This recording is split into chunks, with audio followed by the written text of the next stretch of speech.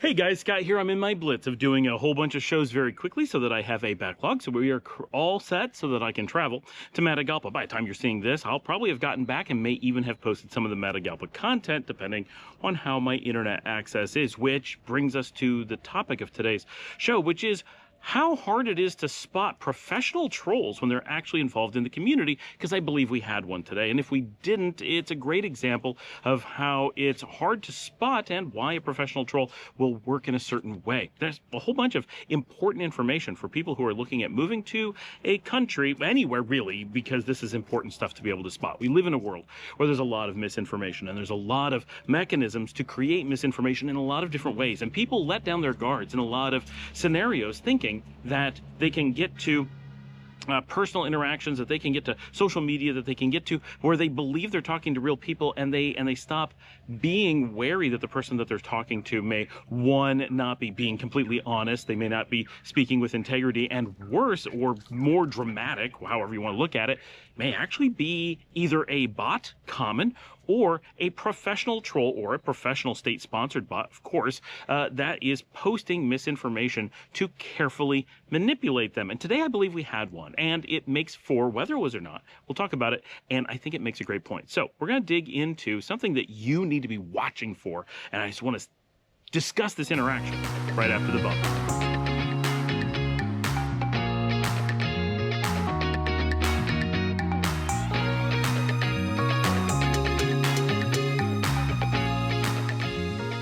All right, let me set a little stage to give you the context that you need for this discussion. So we have a WhatsApp group for expats, and in that group, we have different subgroups for different cities and regions around the country. So these are relatively small groups that replace or supplement Facebook groups for discussion. And if you are interested in joining the one that we are talking about, the links are in the show notes, along with our links to really anything you could possibly want. So any information you need, just hop down there. I'm not going to go any further. And if you want to sponsor the show, links are in there as well. You can just buy me a coffee at buymeacoffee.com/ScottAllenMiller. It's like Patreon, and help support the show.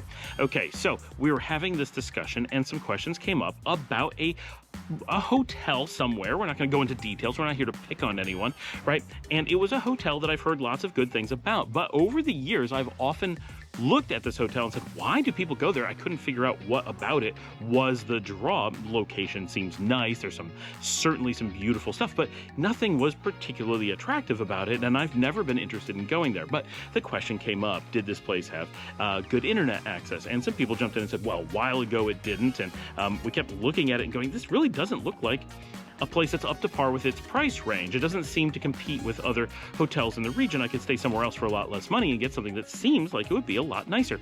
And a couple people who were very familiar with the property and had stayed there jumped in and said that the place wasn't very good, that it was overpriced and not a very high quality place, that the experience really wasn't very good, wasn't up to par. And somebody jumped in, and this is where it gets important, and a couple things happened. First, this person started attacking people in a really interesting way. There was some personal attacks and some misguided ones where he attacked one person. I say he, this is likely a bot, who knows? But there's a few things we know. They came in with a telephone number from Buffalo, New York, right? They claimed to be Nicaraguan, a very powerful tool, right? If you use, and so in WhatsApp, you can see the phone numbers that they're attached to, right? So we know when they're coming in from foreign countries, and it's like, okay, yeah, this is a bot farm in Southeast Asia somewhere. It's not someone who actually has knowledge of Nicaragua, probably. But when it's someone coming in from a Buffalo number and claims to be Nicaraguan and has a profile picture that appears to be reasonably a retired Nicaraguan, but it's easily AI generated or easily just a stolen profile picture. We have no reason to think that that's really that person, and there's no reason to think that they're really a Nicaraguan. We have nothing to go on other than a single line of text saying, I'm a Nicaraguan. And I've gotten a lot of this over the years. When you get things that are completely nonsensical and it's coming from the US and suddenly they're disparaging Nicaragua in ways that are easily demonstrably untrue if you were to actually be here, they quickly defend it by saying, but I'm a Nicaraguan, right? They can't back it up. They don't have any information. They don't have any history in their accounts. It's just suddenly they have these things. And so it's very unlikely that this was, one, a real person, or two, a Nicaraguan. Those are very unlikely things, and nothing suggests that them saying so was true. They then attacked and said that we should never disparage a property in Nicaragua.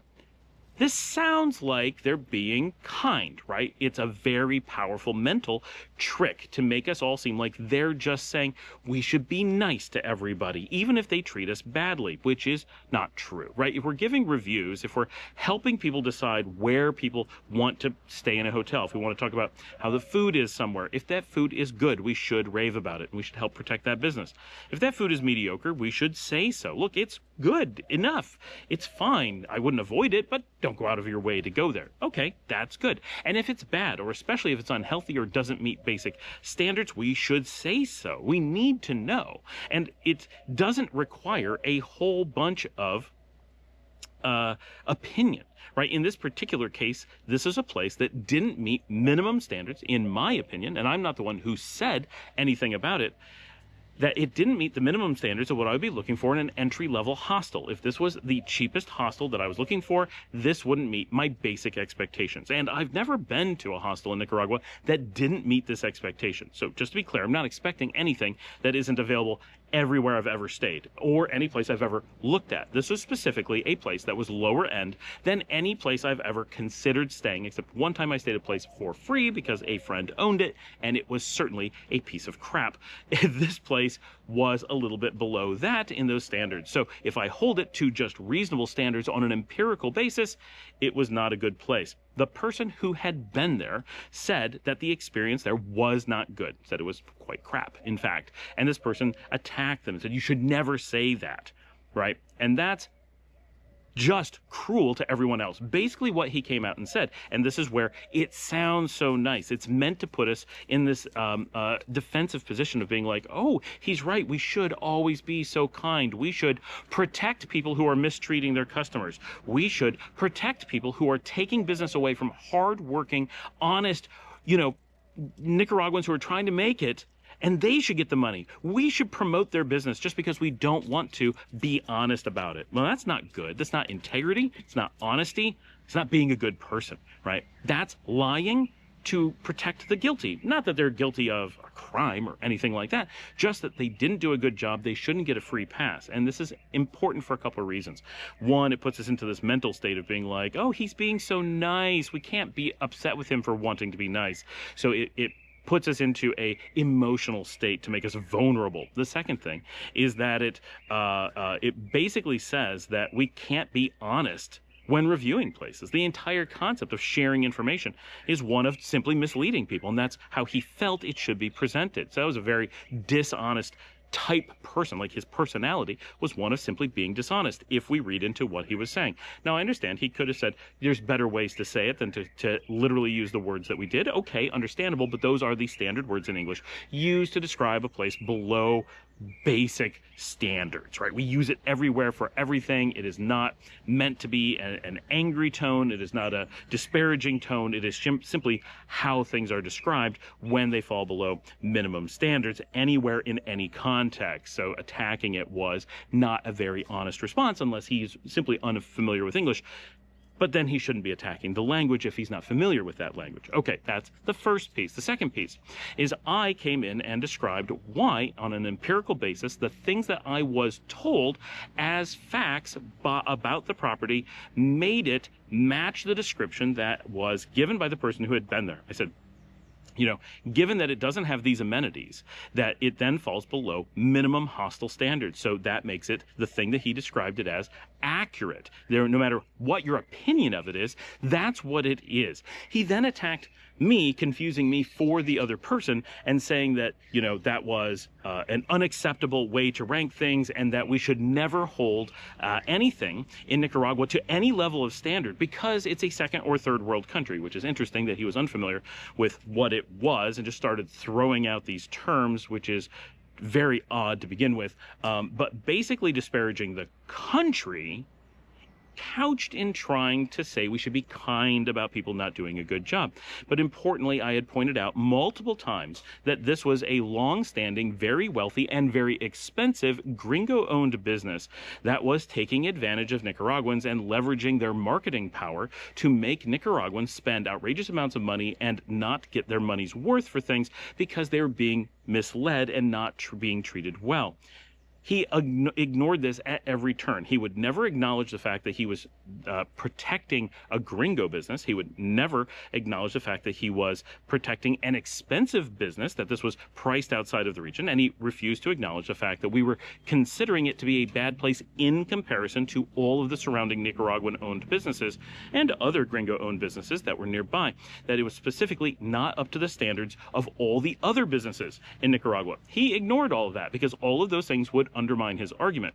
Instead, what he was trying to show secretly was that we couldn't hold anything. He said this. We couldn't hold anything to the luxury standards. He actually said, you can't hold this to the Royal Palms of Waikiki standards of Hawaii, that being having internet access, because this is a third world country. Okay, so, and he then called a person who wasn't speaking entitled for expecting an expensive gringo property to be up to the standards of a Nicaraguan-owned hostel in the same country where you could get the better amenities right down the street for about 1/10 of the price. He said that was entitled. We did ban him. We said you have to either explain how that's entitled or apologize, because that makes no sense and is purely a personal attack. He then doubled down and got banned because it was a bot at the end of the day, either a paid person to act as a bot or an actual AI bot. Probably an actual AI bot, because a human would have known to change their responses based on the warnings they were given. The AI seemed confused. So my guess is that this was a human-trained AI bot specifically for this. That's the most likely case, because I see a lot of this, and there are systems for training AI to produce this, and it did have some of the typing characteristics we would expect from an AI, but it's impossible to know. We've seen people come on and be actual humans and act completely like bots and not seem at all like a real person speaking before, so it does happen and it can be confusing. Part of the problem is that AI has gotten good enough that it's meeting that threshold where an awful lot of people don't write at that level.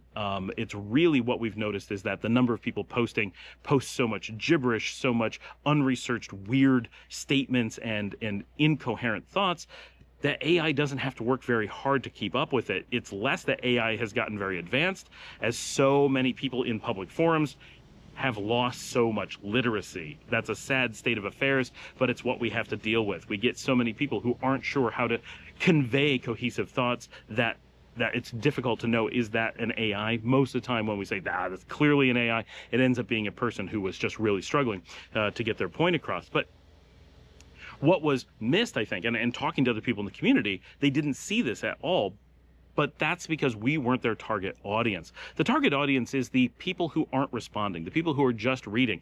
If you were not in Nicaragua, if you're in Nicaragua, you know that you can get nice hotels. You know that internet access is available everywhere. You know that the prices are low. You know all these things.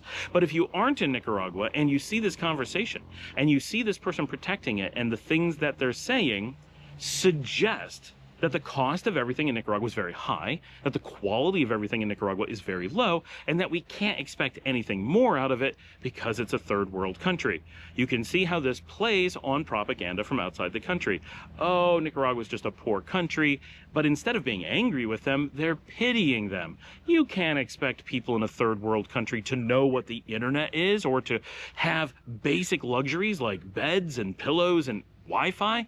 That's unreasonable. What kind of jerk would expect such a thing when paying for anything, let alone paying luxury rates here in Nicaragua, which makes no sense. If you stop and think about it, of course it makes no sense, but that's not the audience. People who are stopping and really paying attention are not going to be dissuaded by some rant like this. And people who are here are not going to be confused by it because we're just confused why he's so confused about what Nicaragua is like. But if you are a person who is reading this and has not been to Nicaragua and has all these fears, all these concerns, that maybe Nicaragua is a very poor country, that maybe the quality of life is very low, because you'll see lots of bots posting these things or lots of paid posters pasting these things all over the place. And then, of course, when you watch my channel and you watch Elton's channel and you watch many other channels and you see the country, you go, wow, that is a luxurious place with lots to offer. And yes, there's a lot of poor areas. There's a lot of people who are struggling, but there's also a lot of beautiful stuff and a lot of wonderful opportunities. It's easy to be like, well, obviously, it's got a lot going for it. But when you see other things posting, it's easy to read those things and go, oh no, all these people have this experience. If you go to the Reddit group, right, it's cohesive. All these people have all these negative things to say. It must be terrible. But what you don't see is that They're moderating out anyone who has real information, very real thing on Reddit and many of the Facebook groups. Right, you come in famously to many of the Facebook groups and post real estate pricing. Here's a real property value. Here's what something really sold for. You'll get deleted in many groups, not all, but in many groups. Why? Because there's people making their money, moderating those groups, selling properties above value. And if they can control so that low prices can't be quoted, but high prices can, they make it seem like you're getting universal information. Well, I asked, no one had a lower price. Of course, because anyone with a lower price got deleted, and they're not supposed to DM you, right? So you don't know that those lower prices exist. Just like in the Reddit group, it gets manipulated like that. Now, they have less control in things like YouTube comments, but they are able to provide across many different channels a cohesive story, because mostly it's automated, to make it sound like there's this huge volume of people having negative experiences here. And people forget that none of them are verified, and that it's a very cheap way to create misinformation. So the question came up, are there really paid people to do this? And the answer is, yeah, obviously. It should be super obvious, but it's not. So this is something people need to know. One, AI costs practically nothing. If you want to make AI bots that are going to post negative information about any place, Nicaragua just being an example, that is cheap and easy to do so. If you wanted to create ones that said positive things, you could also create that very easily. This would not be hard to automate, especially if you're a business or a government. But even as an individual, you could go easily build AI bots that go around to every channel about Nicaragua and post about any given thing. Oh my gosh, I love that it rains at noon every day. And people would just believe, oh, thousands of people say it rains at noon every day, even though that's rarely when it rains. It typically rains in the afternoon and only 6 months of the year. You could put all kinds of weird, confusing information out there in huge volume for just a few dollars, because it's so cheap and easy to do, and there's no cost for posting. So that is assumed to be something that happens all the time. If you want humans to do this, you can easily, even as an individual, spend a few $100s, go out and hire bot farmers who actually have humans who go out and type these things very easily, but they're not very convincing in most cases, and you'll see them get deleted all the time because they don't really have a good way to interact and prove themselves to be humans, and the things that they post are often a little bit weird, and so they're generally pretty easy to catch. But when you're in a situation where, like, and this is important to understand, we talk about this a lot, Nicaragua is a tiny, poor country, and it is very much adversarial with the United States, which is a very big, rich country right next door. For the United States to have a certain number of people, 2 or 200, doesn't matter, who sit around and simply create fake accounts and post fake information, or combine that with bot farms and AI and put different things together, for extremely little money that would be completely unnoticeable in the United States budget, things that would create American jobs and so flow into the system, create more taxpayers, help fight against unemployment and so forth, would easily be able to completely overrun all online social media about Nicaragua with misinformation. So there should be an expectation. It shouldn't be a surprise. It shouldn't even be a plausible thing. It should be absolutely, obviously expected if you stop and think about the economics and the socio-political, economic overall situation in the region, that quite obviously the United States would be crazy if they didn't have these farms of people who don't get paid a lot of money, but make an okay living sitting at home, and they get trained, not over a long period of time, but maybe over a week or two, and they get decent training on exactly how to troll professionally, and mechanisms and tools and tricks that they can use to make things sound legitimate when actually they create third-party questions and doubts, because that's all they have to do. They don't have to make you believe that Nicaragua is a bad place. They have to give you fear, uncertainty, and doubt. And that's an easy thing to do. People do it all the time. And we know the State Department has loads of professionals who write misinformation about places like Nicaragua to make it sound bad, and write misinformation about other places that are bad to make them sound good, right? Wherever the U.S. wants to direct people to and from, they simply put that information to suggest that. And on a large mathematical model scale, it works really effectively. A few people will slip through the cracks. People like me know to go to the site and ignore it completely, and we don't get biased by it. But most people are at least biased a little bit, if not biased a lot. They're sure that there's something honest somewhere behind it, but they don't know why. And there isn't, because there isn't. But it is the logical, obvious thing that it is so cheap and so effective to have people who do this, that of course there are. It's like saying maybe police should have handcuffs. We don't know that they do, but it seems like the logical thing. So we should just assume that they will. And guess what? They do almost all the time. Sure, there's going to be a cop sometime who doesn't, but the majority do. Why? Because it's the logical thing. This works the same way. If you want to do damage in a way that can't be overseen, nobody can track, nobody can prove, nobody can audit, and just get the effects you want damaging another economy, you can't do that with China, right? China's huge. You can't produce enough people to create real damage without it being really obvious. But in a place like Nicaragua, it's so easy to create a volume from the bots that is louder and more vociferous than all of the actual people who are here posting, at least in English, that you can just drown out the real information by lots of posts. And so that's what I believe we saw today. And it's something you should expect. And when you're reading stuff like this, read it with that mindset. Look at it with that critical eye and say, is this an honest thing? How would they be either to me or to a third party using the way that they're talking to disparage the country, to do damage through dishonesty? It's very easy to see that he was being dishonest. It's very easy to see that he was being cruel and trying to accomplish something for his own personal ends. But what those ends are, or the thing he was trying to obfuscate. He was trying to make you emotionally respond, that he was trying to promote being kind and that we should protect Nicaraguan businesses.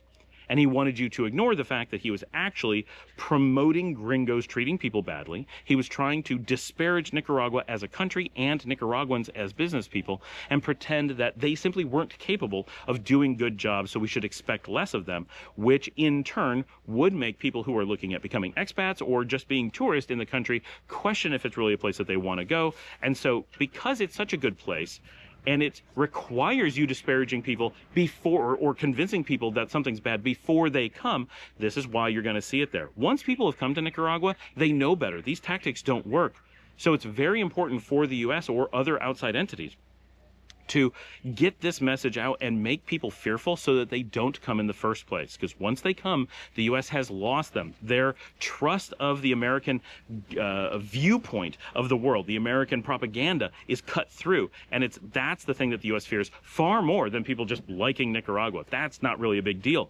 It's what Nicaragua represents. Exposure that the propaganda is so blatantly false. Not just a little bit skewed, but completely implausible once you know something about the places you're going to. And that is not an eye-opening situation that the U.S. wants to have happen, or anywhere. It's not necessarily the U.S. It could be Canada, it could be the U.K., it could be any number of countries that want to disparage Nicaragua. Realistically, the U.S. has the deepest pockets, the most people, and the most reason to have concern about it, but we don't know 100% that that's who it is. But given that they were using a Buffalo number, far more likely than somewhere else. But that mindset, looking at things with that mindset, will give you a lot of power and will help you to yourself expose, or at least come up with scenarios and go, wait, I bet this is something like that. You should expect, absolutely expect, that a reasonable amount, between 1 and 20% of the interactions that you see or have online in social media, especially about Nicaragua, will be paid actors to confuse you and mislead you, to have a negative feeling about something, or to create a situation where you convey a negative feeling to a third party. So think about that whenever you're having these interactions, and look at it with a critical eye, and never give people a free pass and just say, oh, they were uneducated, oh, they're clueless, oh, they got emotional. No, that's possible, but it's very misleading, because we always want to give people the benefit of the doubt, and that's one of the things that they prey on. They know that we will defend, I'm sure they were just confused. It's probably someone who hasn't been here in a long time, and they were just not understanding the conversation. No. This was a clear-cut, very, very effective tactic. If it was an ineffective tactic, then it's easy to say, well, yeah, someone was just confused. But that it was so by the book, exactly how you orchestrate a planned, trained attack, and given that there was no evidence to suggest that it was legit, it's the only reasonable thing is to assume that it must have been exactly what it seemed like. Someone who was trained, or a bot that was trained, to create this fear, uncertainty, and doubt through third-party readers of the conversation to encourage them to avoid coming to Nicaragua in the first place, so they never find out what it's really like and open their eyes to what that means to their worldview. Thanks for joining me. Like and subscribe. If you'd like to help support the channel, you can buy me a coffee at buymeacoffee.com/Scott Allen Miller. If you want to contact me, get in my social media, anything like that, get in the show notes. Everything's in there. Jump down in the comments, say hello, ask questions. Let us know when you think you see trolls. I'd love to dig into these. I think it's a great exercise for a lot of reasons. It's good for people to learn what to look out for and what those things look like, because they are way more out there and way more common than people want to believe. And while that's depressing, there are mental tools you can have to protect yourself. Thank you so much. I will see all of you tomorrow.